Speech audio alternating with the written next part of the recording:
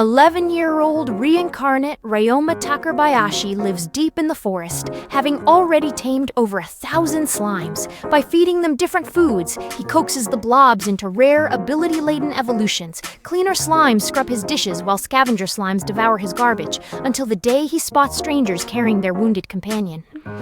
The wary knights flinch, so the word Rusty Boy silently proffers a homemade remedy. One cautious swordsman steps forward, inspects the potion, and the standoff inches toward trust.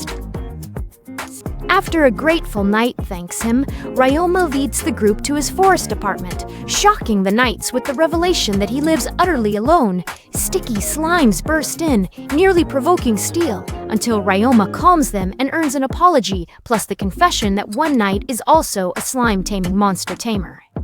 At a cliff, Ryoma unveils a spell-hidden home stocked for one and hands out self-brewed healing potions, astonishing everyone before names finally exchange, and Ryoma learns Reinhardt Jamil is head of.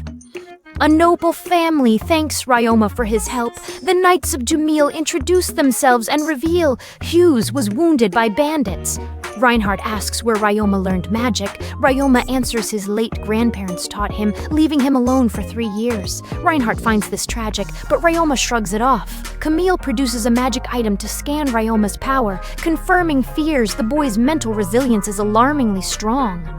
While Reinhardt races home to ask his family how to protect Ryoma, Hughes bids the boy a grateful farewell, unaware that Ryoma hides a crushing secret. The grandparents he mourns are alive. Ryoma's real past unfolds in a flash of fluorescent lights and unpaid overtime in Japan, where his body finally collapsed under corporate cruelty. The gods of another realm, stunned by his calm acceptance of death, greet him and reveal the miserable end that brought him here. After dying from a sneeze he deems pathetic, Ryoma wakes to gods granting reincarnation, an 8-year-old body, full memory, exiled to the world's Cellfall. Before departure, they script a fate past, pump advice, forbid revelation of rebirth, then abandon him with gear and a guidebook. Alone, he flexes new powers, spots slimes, flips pages. Ryoma tamed monsters with magic and lived alone until Reinhardt's father and wife arrived with little Illyria. The Jamils gasped at his horde of slimes, watched them fuse into one giant blob, then begged for a guide so the girl could catch her first slime. And Ryoma opened the map to show every spawning spot while Illyria hung on his every word. When Illyria admits she knows almost nothing about slimes, Ryoma proudly reveals 2 breeds the world has never seen: the garbage-guzzling scavenger slime and the spot-erasing cleaner slime. The instant dirt-melting demo leaves the Jamil household gasping, yet Ryoma soothes them by proving his pets dine only on filth. Spellbound, Illyria begs to evolve her own cleaner slime, but Ryoma squirms and passes the awkward secret to Hughes, who bluntly announces the bait must be the lady's used bathwater. Crimson faces explode, Hughes earns a universal slap, and, blushing yet unshaken, Illyria still vows to lure one with her own sweat. Ryoma, knowing solitude's weight, wished Illyria luck with her first slime. Ben, bucket in hand, tamed one before dusk, invited to travel with the Jamil family. Illyria's plea and Reinhardt's offer of Sebas's item box revealed Ryoma already possessed the rare skill, astonishing them with his advanced magic. Charming Elise, overjoyed, he packed every stick of furniture, whispered farewell to his half-carved gods, and by sunrise stood ready as the Jamil carriage rolled up. On the road to Gimel, Sabu summons twin horse-drawn carriages through a shimmering portal, and the Jamils discover Ryoma commands every element plus alchemy, a feat that leaves them breathless. Twilight halts the wheels, Illyria tumbles into his arms, cheeks flaming, while quake-damaged tracks threaten the night. So Ryoma shrugs on a slime-crafted raincoat, raises a shimmering umbrella barrier against the downpour, then kneels, earth bending to his will as bricks rise from the mud and slimes dance to finish the rescue. After wowing everyone on the road, Ryoma rides into Gimel at dawn, his first new town since reborn in Seyfall, then steps into church with the Jamils to mint his ID. A crystal stone scans him, yanks only his mind up to the delighted gods, who calm his panic, promise he can chat with them anytime he prays, and already start singing his praises. They marveled as Ryoma tamed every new slime and birthed the unseen cleaner and scavenger breeds. Then he learned a Jamil ancestor was an Earth Girl god sent to Seinfeld who invented monster taming and married into the clan, winning divine protection like his own. Eliaria inherited those earthborn gifts, and Ryoma rejoiced at her dazzling talent. Finally, the god revealed that other Earthlings had been dispatched. One timid otaku granted overpowered magic let fear cage him into a dreary life. The gods cheer Ryoma for his daring experiment, thank him for the show, then warn that mightier deities now covet him. His soul snaps back into his body, status data flooding his mind. At Jamil Manor, Elise begs him to join a guild and guard himself against predators drawn to his freakish youth power, while Eliaria, awed yet insecure, begs Ryoma to reveal how he wields such vast magic. Eliaria glows when Ryoma invites her to practice magic tomorrow, then escorts him to the Tamer Guild where she registers as a monster tamer. Yet Ryoma's slimes are judged too weak for rank, so Reinbach steers him toward the Adventurers Guild. Demanding a bow test, Ryoma aces every distant target, leaving the Guildmaster and Jamil clan spellbound by his flawless lethal grace. Ryoma nails every moving bow target, survives the Guildmaster's sudden ambush, and sails through every exam, instantly stamped as a G-rank adventurer. He must now complete quests to rise, so he chooses a humble cleaning job, and the next morning meets overjoyed Mia, whose home is being invaded by trash. No one will clear through a broken wall. Ryoma unleashes scavenger slimes to devour the dump's trash. Then cleaner slimes erase every stain. Sticky slimes knit the broken walls of the dump and Mia's house back together. The girl weeps, thanking him for finishing her quest in record time. At the guild, Ryoma pockets a fat pouch. Mia doubled the pay before Guildmaster Worgen summons him, praises the impossible feat, and offers a new, dreaded mission: empty the public toilet pits, a task no adventurer has ever accepted. Because the stingy town government offers the job, slum dwellers who know the filthy conditions refuse it. Ryoka, recalling his own past misery, steps forward, vowing to help Worgen and expose the squalor to the Jamil family. That evening, he reports, Reinhard suspects embezzlement, launches an official probe, and the Jamils instantly pledge aid and prepare countermeasures. At dawn, Ryoka stands before the public toilets, recoiling from the stench that proves every word he spoke. Ryoma zipped into reeking protective gear, summoned his scavenger slimes, and dove into the first cesspit. The moment the wall of stench hit, he unleashed the hungry blobs to devour the filth. Pressure washed and disinfected the place, and watched the glutted slimes split into new copies while their status screens flashed a sinister discovery: poisonous miasma lurking in the waste. He sprinted to report the danger to the Guildmaster and the Jamil family. Elise and Eliaria gasped, fearing he had breathed the toxin, but Ryoma flashed a grateful smile and swore he felt fine as Worgen and Slimmons. Despite warnings, Ryoma insists on purging the town's lethal, toilet-borne poisons the Jamils yield when he proves his immunity. At dawn, Guildmaster Worgen dispatches backup to seal the toxic pits while Ryoma dives inside. His multiplying scavenger slimes merge into a single king slime, accelerating the cleanse. Every sunrise, Eliaria hands Ryoma fresh potions and warm lunch. 3 blistering days later, the last pit gleams free of poison, and the whole guild stares in disbelief, Mia's proud grin stretching wider than the sky. Ryoma staggers to Worgen, reports the impossible quest complete, then drags himself toward the mansion while memory of his mother's lost morning welcomes aches inside his chest. The door swings open, Eliaria, the Jamils, every lamp glowing, and the lonely ache dissolves. He is home, he is wanted. Love has found him in this new world. Tears streak Ryoma's cheeks as Jamil's daughters fold him into their arms, flooding him with the safe warmth he once knew. Only from his mother, exhausted, he sleeps. At dawn, Eliaria, aided by her mother and every servant, conjures a surprise breakfast that coaxes his first grateful smile. Hughes blurts a joke, then winces. Full-bellied, the family climbs the mountain outside Gimel where Ryoma fuses twin spells and, flames dancing in his palm, begins teaching Eliaria the secrets of magic. Ryoma's first spell sends shimmering water bubbles drifting round wide-eyed Eliaria. She begs to copy. Her own first try pops. His soft counsel steadies her hands, and on the next breath she releases perfect bobbing orbs. Murmurs rise as Ryoma conjures a single giant bubble that refuses to break, then shapes it into a translucent fish gliding through air. Gasps turn to laughter while the floating creature swims above them. Aliaria, breathless with delight, thanks him for unlocking this playful skybound aquarium of magic. After Aliaria drills her fresh spells, Ryoma visits Camille and instantly masters fire arrows. Then every tome in the tower, all before sunset, while Camille gasps. Next, Sabas arrives, senses Ryoma's hidden teleport talent, and vows to unlock space magic, starting with warp and the pocket dimension home. Ryoma drills every spell, Sabas shows him until twilight, and the proud mentor warps the boy back to camp. At dawn, the Jamils march north to the deserted North Gimel mine, so Aliaria can taste real combat before noble duty and academy chains claim her, Ryoma unleashing a rainbow tide of slimes, while knights warn of hidden death ahead, and the first monster snarls out of the dark. Hughes wished Aliaria luck against the giant mantis. She froze it with ice arrows and won. 4 more beasts surged in. Ryoma drew twin short swords and carved them down in one fluid blur, stunning Aliaria and the rest. Turning back, Aliaria spotted a metal slime, trapped it with ice, hugged it, and gave the shimmering thing to Ryoma, who lit up and thanked her. After birthing a new slime, Ryoma feeds his metal slime by alchemizing scrap rust into gleaming, top-grade metal. Onlookers gasp at a child turning red sand to treasure.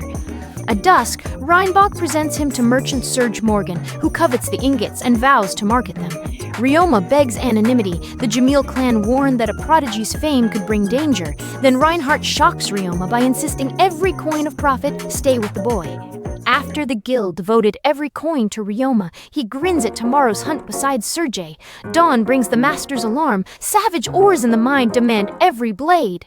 While others sharpen steel, Ryoma tests his metal slime, learns acid makes it curl into a trembling sphere. Curious adventurers reach to pet it, so he snaps the critters back into their pocket dimension. Iliaria, voice soft, warns him to come home alive. At the Gimal mine, Ryoma's party splits. Mia gasps when he admits taming 4,000 slimes. Awe silences the tunnel. Battle erupts, blades flash, monsters drop, more bats shriek overhead. Ryoma whispers, "Sound bomb," releases a single sonic burst, waves ripple, bats rain down stone dead. The mountain of corpses glows in torchlight. Ryoma's slimes devoured every bat in the mine. Then the party turned back, only to learn that super goblins had shredded the second adventurer team. The guildmaster instantly ringed the tunnels with every blade on call. Mia baited the brutes straight into Ryoma's acid pit. The living melted. The survivors dropped to poison darts and spells. Deeper in the shaft, more blades clashed, but quivers run dry as the goblin tide keeps rising.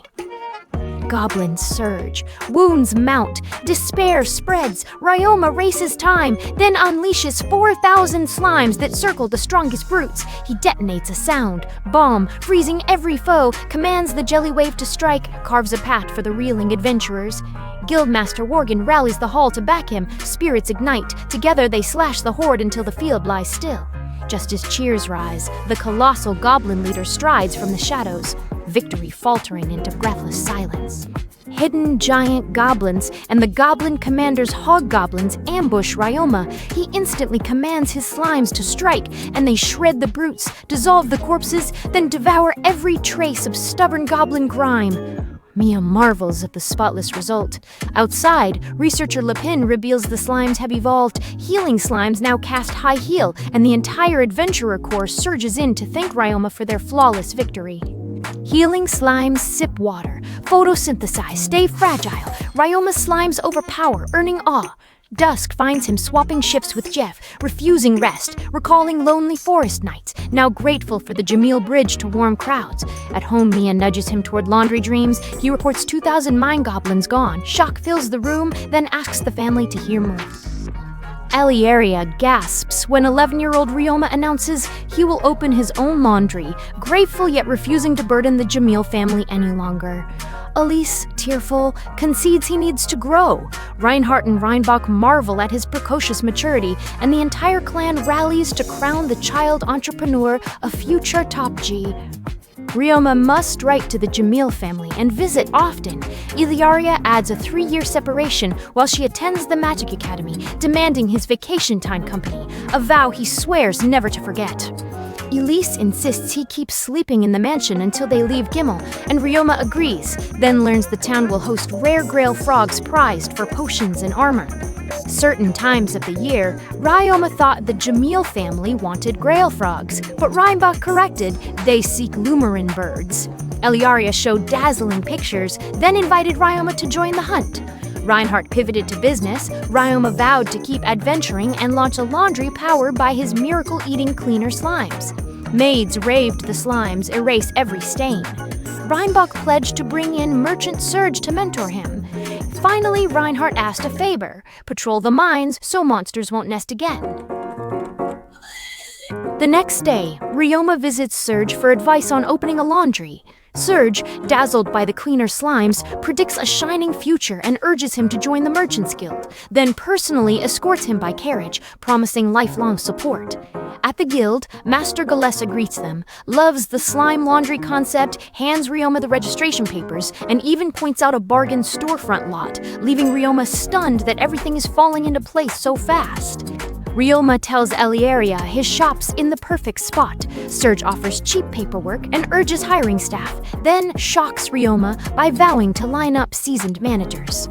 Within days, Ryoma's slimes lay the laundry's foundation. Jamil knights raise beams and pledge lifelong aid, and the next sunrise, Mia and her adventurer crew swarm in, slapping bright paint on the walls while cheering that they're proud and hyped for Ryoma's grand opening.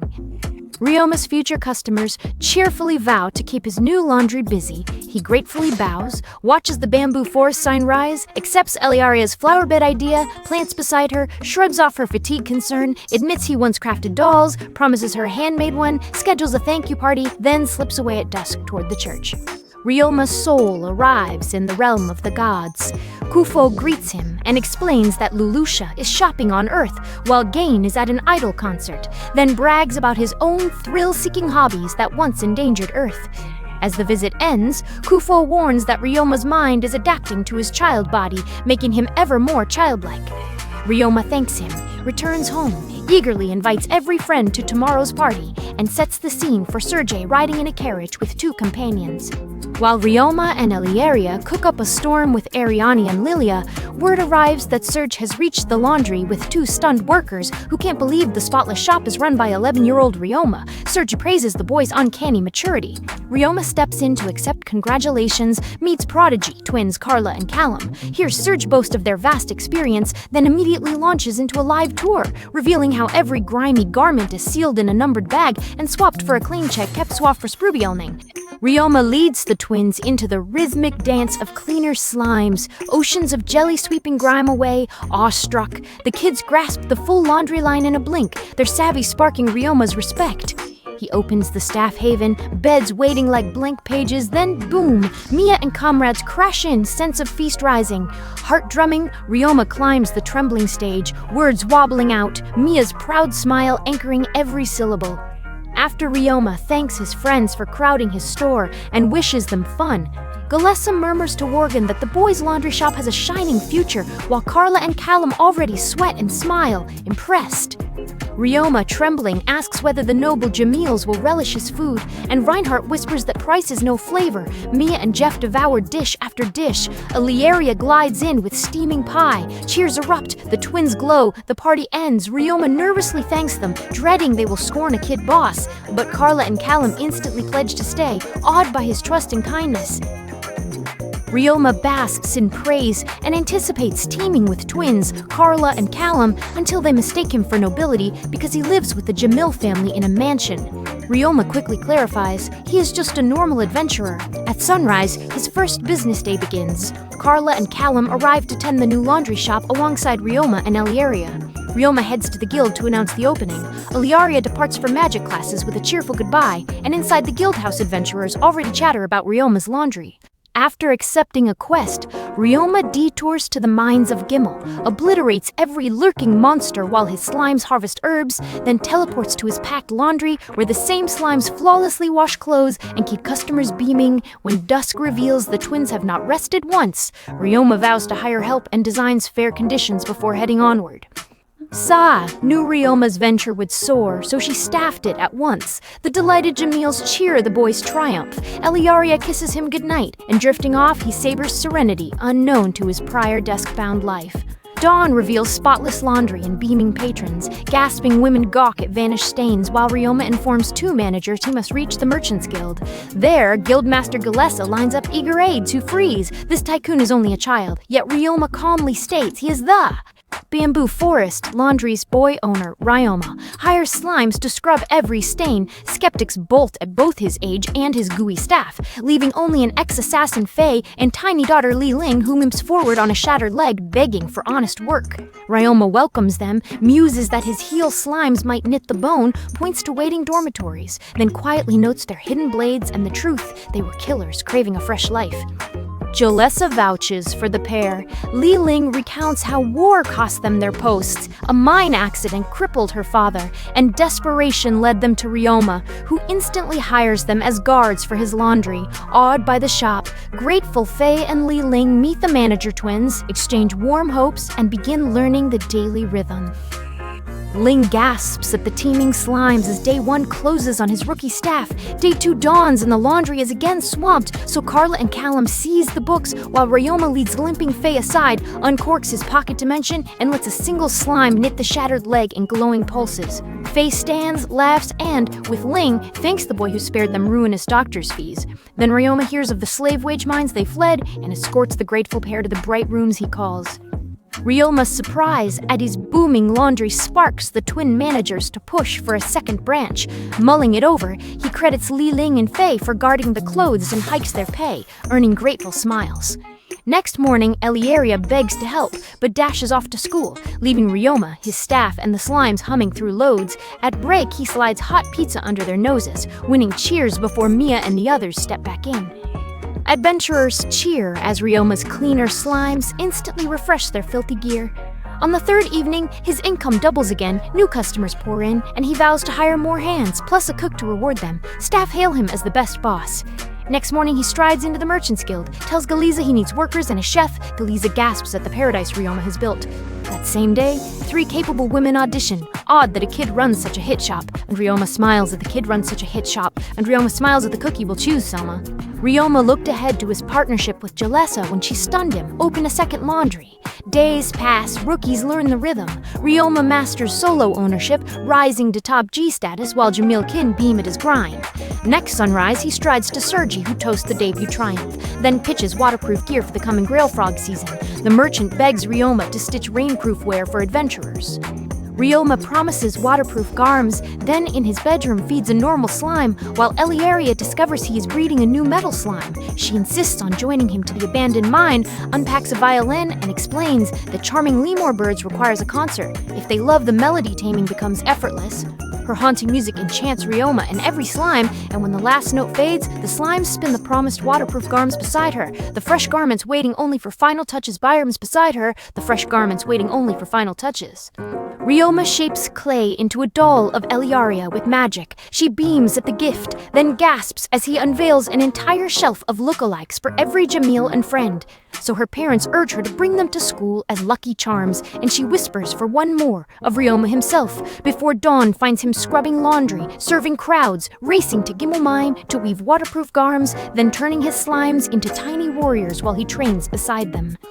The towering King Slime gauges his swarm's power. One jolts into a gleaming iron slime, not the hoped-for Pikachu, and Ryoma deciphers that the beach's iron sand, not pure metal, forged the change. At dusk, while he sorts laundry, Fina praises his cleaner slimes, which then split in a joyous burst. Workers haul in sales. Profits have tripled overnight. Twins Carla and Callum report companies are recommending him, every customer raving. Ryoma thanks the cheering crew and gently asks if they are truly happy. In the bamboo forest, Ryoma's crew cheers their gentle boss. He suddenly recalls he never gave them days off, apologizes, yet they stare, puzzled, until he explains, vacation. Cheers erupt, for most bosses exploit, or worse, the women whisper of managers who pray. Ryoma, shaken, vows kindness. Next morning at the guild, Melen praises his booming laundry biz, then warns, outsiders just bagged a rare slime. Holding an unsellable rare slime, the broke adventurers drown their shame in ale when Ryoma tracks them to the tavern. A surly drunk swings at the calm visitor, yet collapses into tears over the failed journey from a distant city. Leader Shin begs forgiveness and, learning Ryoma is a slime tamer, gratefully lets him name his own price for the creature.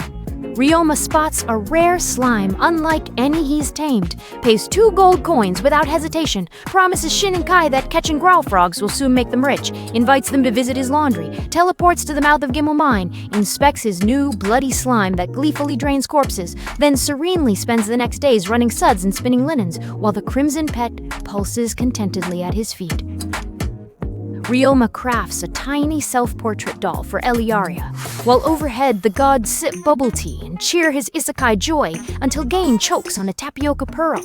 Later, Ryoma flips through a Grell frog guide as Eliaria invites him to tomorrow's lesson at the Gimel Mine, where Lady Elise opens class by asking what the children know. Eliaria answers that monster taming lets you borrow beasts' powers and speak their silent language. After the monsters cast their spells, Elise offers to teach the crew a sense-sharing spell. Ryoma quickly masters shared sensation and gains early danger awareness. Reinhardt warns the spell is hard and suggests training with crew birds, but Eliaria pleads for slimes and is refused because slimes lack taste, sight, or smell. Instantly, the pair tame 2 birds, then sit to feel the bond. Ryoma focuses. His mind slips into feathers and sky. The weird rush makes him gasp. Reinhardt whispers calm. At sky, the weird rush makes him gasp. Reinhardt whispers calm advice. The crew birds, and Yusige the crew birds, and the Eliaria pleads for slimes and is refused because slimes lack taste, sight, or smell. Skill and Eliaria share senses with birds, stunning adults as Ryoma masters the trick, his VR past dulling the weirdness. Elise Pries, Ryoma learns no tamer can command every species, only those that fit. His slime horde proves slime affinity. Rienbach warns each tamer must hunt for his own match, admitting scales call to him while Reinhardt confesses birds forever fly beyond his contract reach. Elise reveals her monster type, a Fenrir, and quickly clears up Ma's mistake. She can tame wolf monsters, not fight them, Ryoma gasps when she admits she already commands 20 Fenrir plus 100 other wolves. Reinhardt proudly calls his wife gifted, then confesses he once felt average beside his legendary dad, until the old man laughs and names him a master swordsman. Ryoma stares in awe at the whole Jamil clan. Eliaria quietly wonders what he is thinking,